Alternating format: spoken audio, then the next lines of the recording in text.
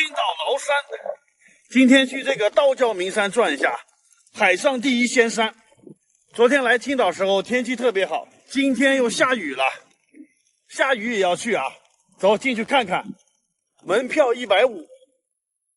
海上名山第一崂山，刚才来的时候啊，大巴车就在这山腰间盘旋，旁边就是大海，就是悬崖，海水特别的清澈啊，碧绿色的。坐那个大巴车过来的，现在还下雨啊，要步行上山了。这种天气来爬崂山啊，连个旅游团都没有，游客都没几个呀。道路两边很多商铺啊，现在可能是淡季，游客少，都没有开呢，这商铺没有人经营啊。路过一个小瀑布，景色还不错啊。到达上清宫，上清宫门口有一棵千年银杏树啊，非常粗壮，26米高。道教有3大宫，上清宫、太清宫和玉清宫啊。上清宫是太上老君住的地方。这个是蒲松龄的雕像，他是山东淄博人，康熙那时候的人啊。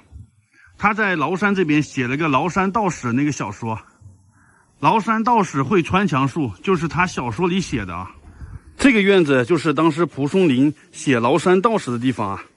当时蒲松龄坐在这个亭子里面，有一个小道童给他送茶，天色已晚了，月亮当空，他就看到墙那边啊闪过一个人影，突然给了他灵感了，他就写下这个崂山道士穿墙术了啊，就是这面墙。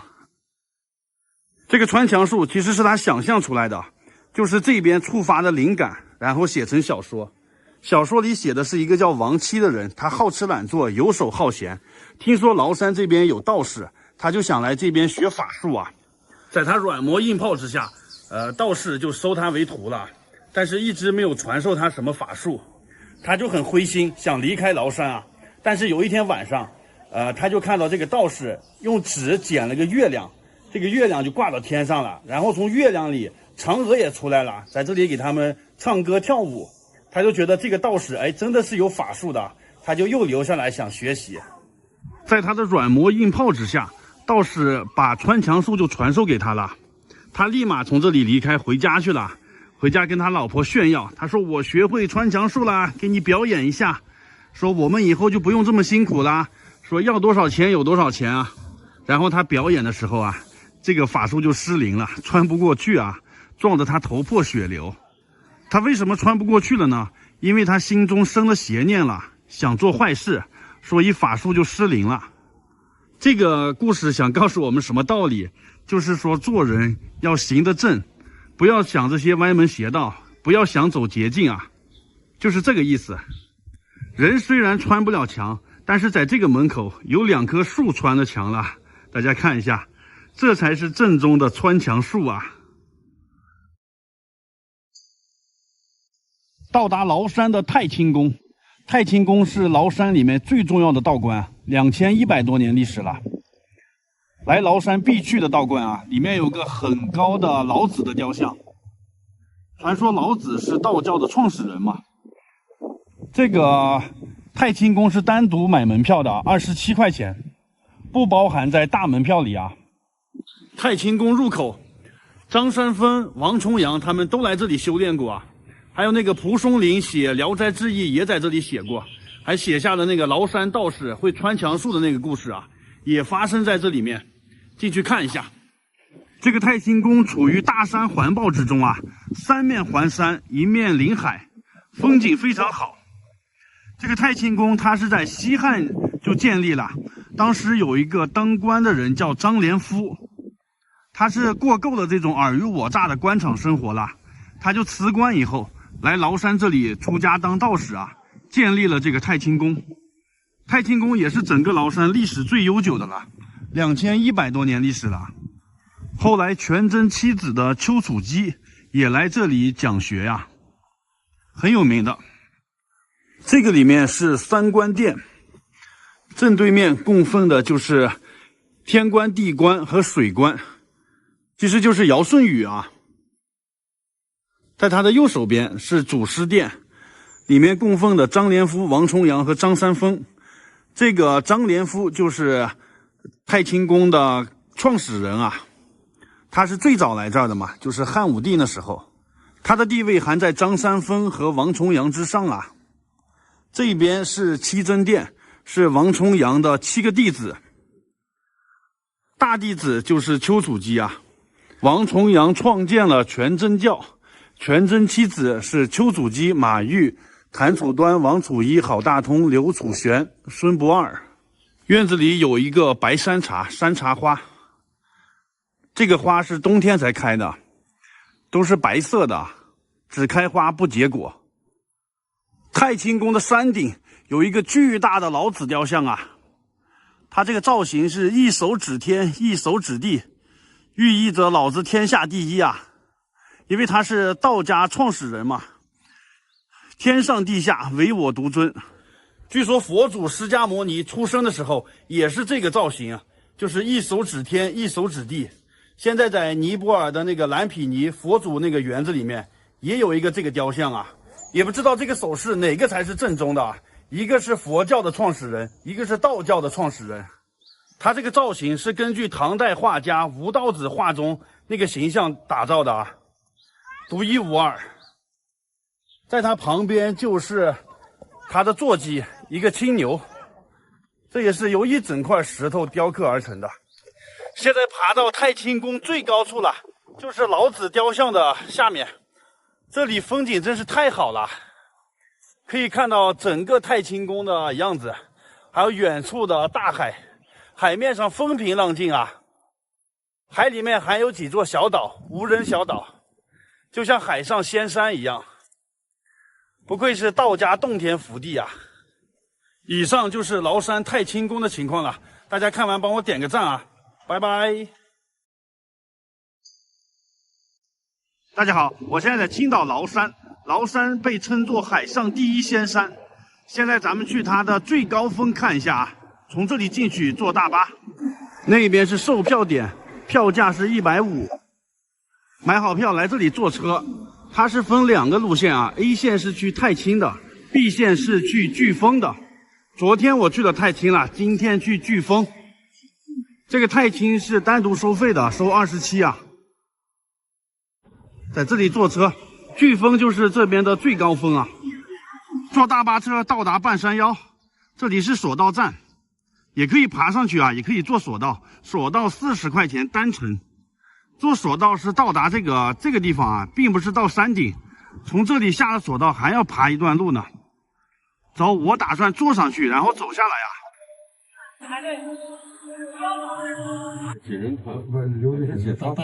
坐索道上来了，坐索道只需要10分钟，如果从那边走上来的话，要1个小时啊。现在继续往山上爬，那里有一块巨石，感觉要掉下来一样啊。这是上山的路。这个崂山山顶其实是一个环线啊，可以绕着它转一圈，不走回头路。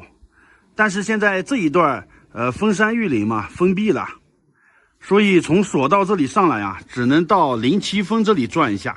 这里海拔1033米，它还不是崂山最高的，崂山最高是1032米这个地方，这里现在去不了啊，上面是一个军事基地。这上面是按照易经八卦嘛，有8个门，这转一圈是2个半小时啊。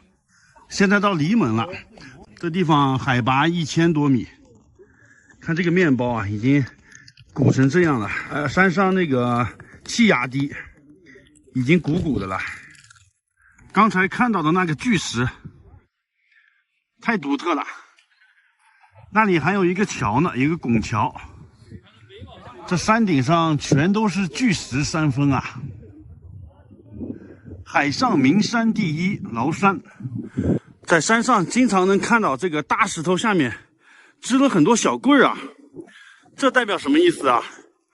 代表一个人能强健筋骨、强身健体的作用啊！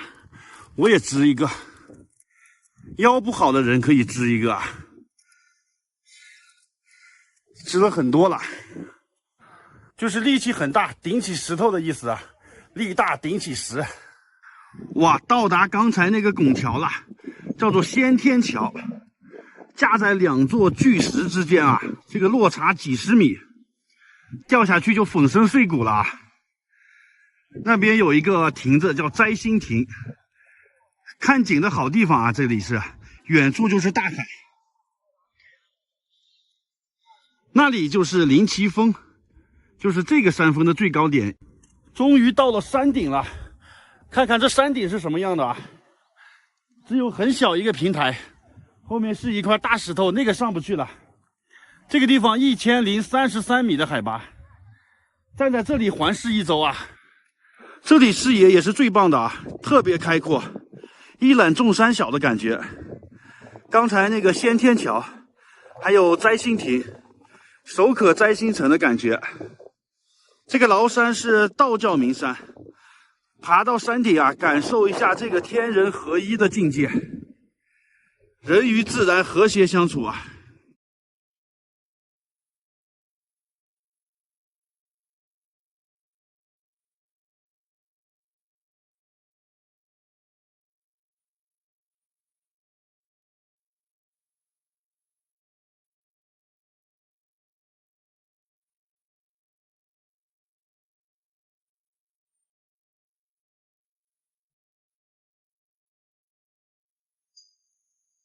大家好，我现在在青岛崂山。崂山被称作海上第一仙山，也是道教名山。这个视频带大家去崂山最著名的景点羊口景区去看一下。山上有个太平宫，这是道教的宫殿，门口的大石头上写的清净无为，无为即有为，这是道家思想啊。现在是有道士在里面修行的。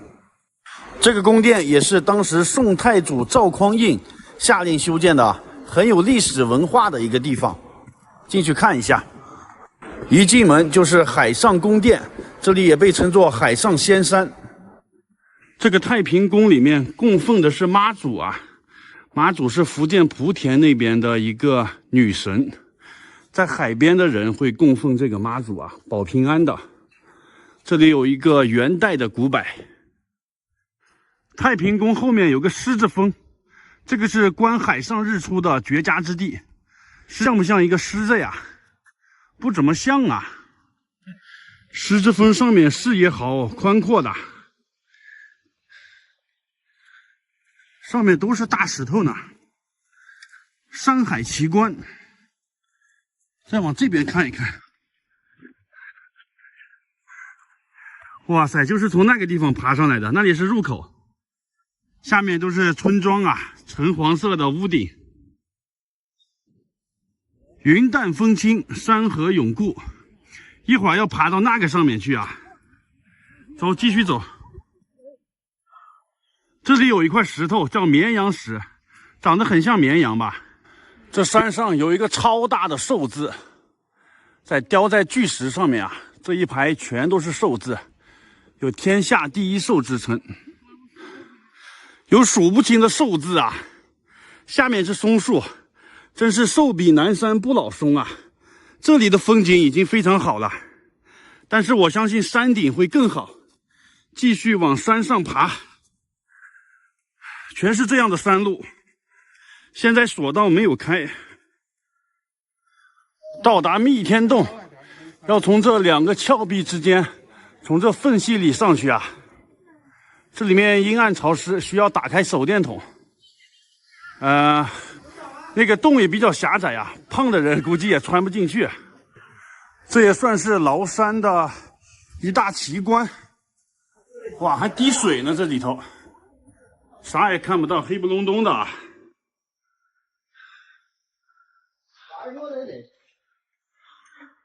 很潮湿地面。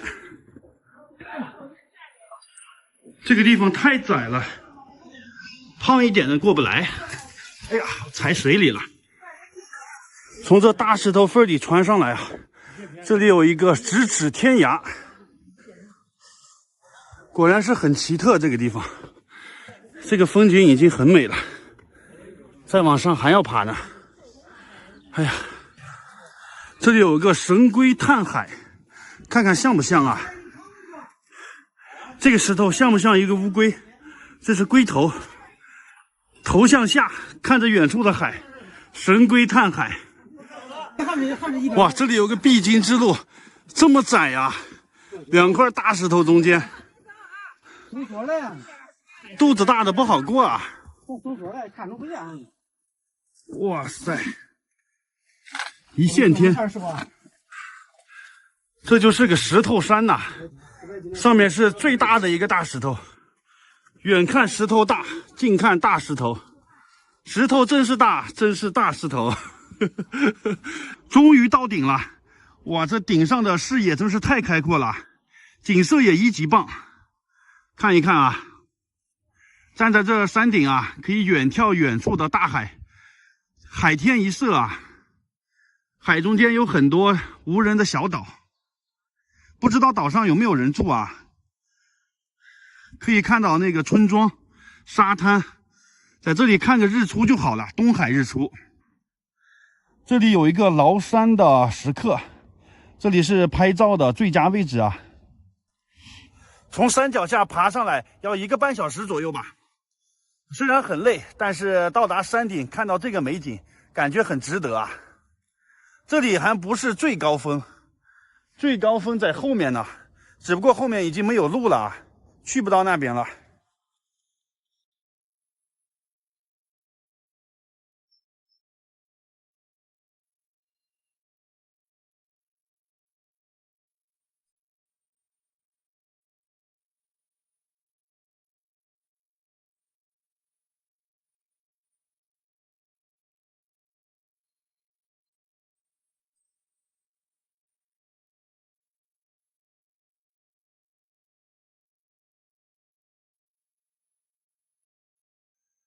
我这就是标准的游客打扮啊，背个小书包，人家一看就是来旅游的。青岛前面有一个农贸市场啊，打算去里面买点海鲜，找个啤酒屋加工一下，看看这边的海鲜贵不贵啊？这一看就是当地人来的农贸市场，附近都是这里的居民。哎呀，这虾都活蹦乱跳的啊！我买了1斤。你看这边还有小龙虾，超大的小龙虾呀！我再买点其他鱼啊。这边是蛤蜊呀，你看这蛤蜊，这个肉它都吐出来了啊，新鲜的，都是活的，活蹦乱跳。这个是9块，这个15两斤，我买了10块钱的啊。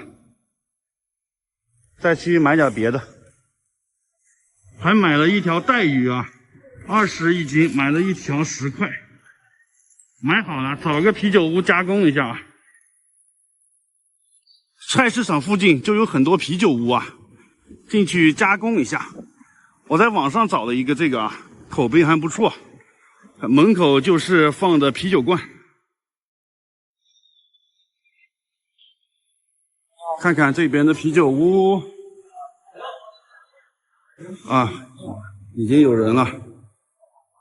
Hello， Hello， 哎，帮我加工一下嘛，你看一下。好。买了一份蛤蜊、带鱼和那个什么呀虾。这个加工多少钱呀？这个带鱼是15到20，你这是15。我这个鱼小15哈。对。这个呢？这个大虾5元，5块钱的大虾。对，5块钱。那个蛤蜊呢？炒蛤蜊是10元。我辣椒少一点啊。好，这是加工费。这老板90后的是吗？对，92年。比我小多了。创业。这就是青岛本地的啤酒屋啊，夫妻店嘛，你们这是？对。好嘞。给我来一扎啤酒嘛。啤酒怎么卖呀？啤酒是喝1送1。一扎吗？对，7块一扎。7块一扎。对，你给我来一扎吧。好的。7块钱，然后喝1扎送1扎呀。哎呀，这2扎我也喝不了啊，就我一个人。一晚上要把这4桶都卖完吗？有的时候还不够卖。然后门口都摆了很多小桌子，现在是晚上的不到6点钟，一会儿就坐满了。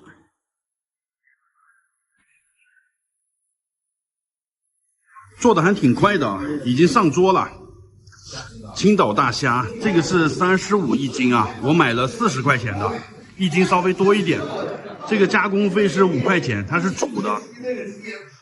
这个嘎啦20块钱的，全部都开口了。你看，我买的时候20块钱的买的，加工费是10块钱。这个是爆炒的，我要的是少辣椒的，我吃不了太多的辣。然后弄了个拼盘啊，毛豆和花生的，这是12块钱。然后再来瓶啤酒，太棒了啊！来青岛旅游啊，就是要喝啤酒吃嘎啦。这边的啤酒屋也是青岛特色啊。你看人家那边都是2个人啊、3个人一起来喝酒啊，像我都是1个人在这里搞个海鲜吃，也是不错的。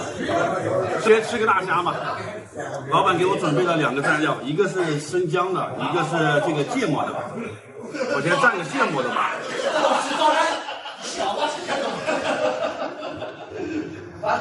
这才是当地人的生活，是吧？然后这个嘎啦呢，也不用拿筷子了，直接这样拿起来吃吧。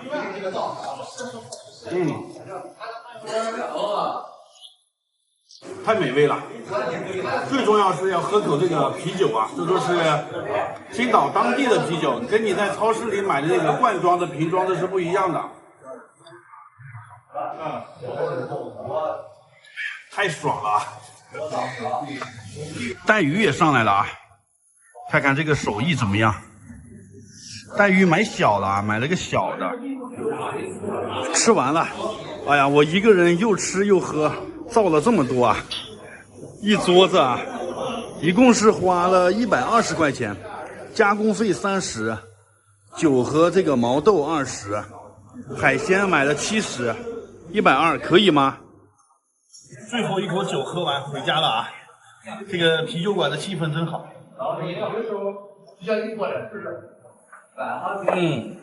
完美。我现在青岛的崂山，崂山已经旅游完了，刚从山上下来，我在这边玩了2天。这个视频出一个旅游攻略吧，比如说崂山上怎么规划线路，还有这个门票多少钱啊？山上物价贵不贵啊？简单讲一下啊。手里有一份崂山的地图，对着地图说一下。打开地图，这就是崂山的全景图了。先整体看一下情况啊。它是在海边的一座山峰，是中国海岸线上最高的山峰啊，1130多米。它有5个小景点呢，看这个绿色的字：羊口、酒水、华岩、飓风和太清景区。这5个景点在1天之内是转不完的。像我就玩了2天啊，2天我都没有转完。分开讲一下，这5个景区里面最重要的就是这个太清景区，这个算是崂山的大本营吧。我们来崂山旅游主要是感受这个道教文化，这个里面就是有崂山的第1座道观开山道观。历史上很多名人，比如说王重阳啊、全真七子啊、张三丰，他们来崂山都是在太清宫这边修炼啊。现在呢，这里还有很多道士，所以这个是我们必去的一个景点，而且这个是单独收费的，收27块钱，它不包含在门票里啊。而且太清里面也是那个蒲松龄写崂山道士的地方，而且这里面还有一个巨大的老子雕像，老子是道教的创始人嘛，所以在太清就是感受这个道教文化。然后就是飓风景区。飓风是崂山这边最高的山峰，海拔1130多米。飓风可以坐缆车上去，单程40块钱，在山顶可以一览众山小啊，感受这个道教的天人合一的境界，也可以远观远处的大海。这里风景特别的雄壮，很值得一去啊。然后就是北边的羊口景区，这个也是必去的景点。羊口呢在山顶上。可以看到这个海天一色，这个羊口和飓风的峰顶都可以看大海，但是羊口这边呢看到比较秀丽，比较精致一点。飓风这边呢就是很雄壮、很雄伟的那种感觉。飓风这个山离海呢还比较远，羊口这里呢就在海边，看起来它俩感觉不一样的。还有华岩和酒水景区，这2个景区可去可不去啊。因为华岩这里是个佛教寺庙，建成的年代也比较晚。我们来崂山呢，主要是感受这个道教文化的，这个佛教寺庙就可去可不去。九水呢，它是以自然景观为主，就是一个瀑布。如果是冬天的时候呢，就水流很小；夏天的时候水流还大一点，所以去不去都行。这就是5个景点的情况。再说一下门票和交通吧。门票150块钱，包含这些景点的票，还有这个往返的大巴车，但是不包含这个太清景区啊。太清单门收费27块钱，刚才已经说了。这个交通的话呢，它是有2个出入口，一个是南边的这个客服中心，一个是北边的羊口景区这里。不管你是坐公交还是自己开车，首先要到达这2个地方，然后才开始游览。如果你是到达南边这里啊，直接坐上景区大巴就可以去飓风啊，去太清。它这个大巴车是往返的，基本上10几分钟一趟车吧，还是挺方便的。但是如果你要去这个华严和羊口景区呢，这边是不通大巴车的，你必须坐公交车啊，公交车1块钱。就是说它这个大巴车只包含了这一段路啊，北边的这一段它就不包含，你要换公交车过去。不过公交车也还行吧，车次也挺多的，而且速度也快，几分钟一趟。而且这沿途啊，它是在海边开的呢。而且都是在悬崖绝壁上，这风景也是特别好看，我们可以开一路看一路的风景。再说一下吃饭问题，在这一段呢有很多村庄嘛，你就可以下了车去村庄里面吃饭，就便宜一点。在这边全都是景区啊，景区的东西都卖得很贵的，大家也都知道。然后在太清的售票处这里是有一个肯德基的，就是外面25的套餐，里面卖50块钱吧。我中午就是在这儿吃的，还可以吧，吃的挺饱，虽然说价格贵了一点。再说一下1日游和2日游的问题，这每一个景点呀，大概需要2到3个小时的游览时间。